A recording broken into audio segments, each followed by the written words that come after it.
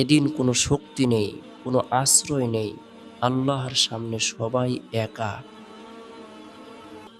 যাদের আমলনামা ডান হাতে দেওয়া হবে তারাই হবে সফল।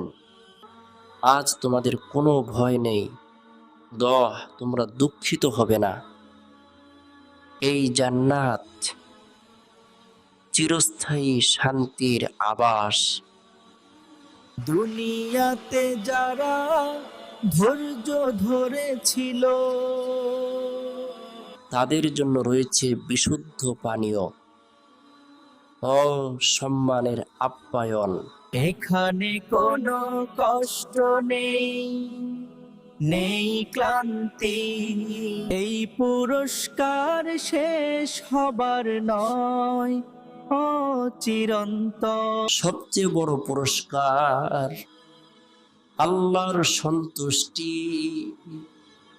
যারা আল্লাহর হুকুম মানত তারাই আজ সফল।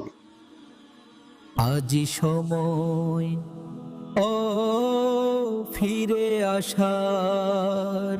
নামাজ, তাকওয়া, সততা, এই পথই জান্নাতের। হে আল্লাহ, আমাদেরকে সেই বান্দাদের অন্তর্ভুক্ত করুন। আমিন।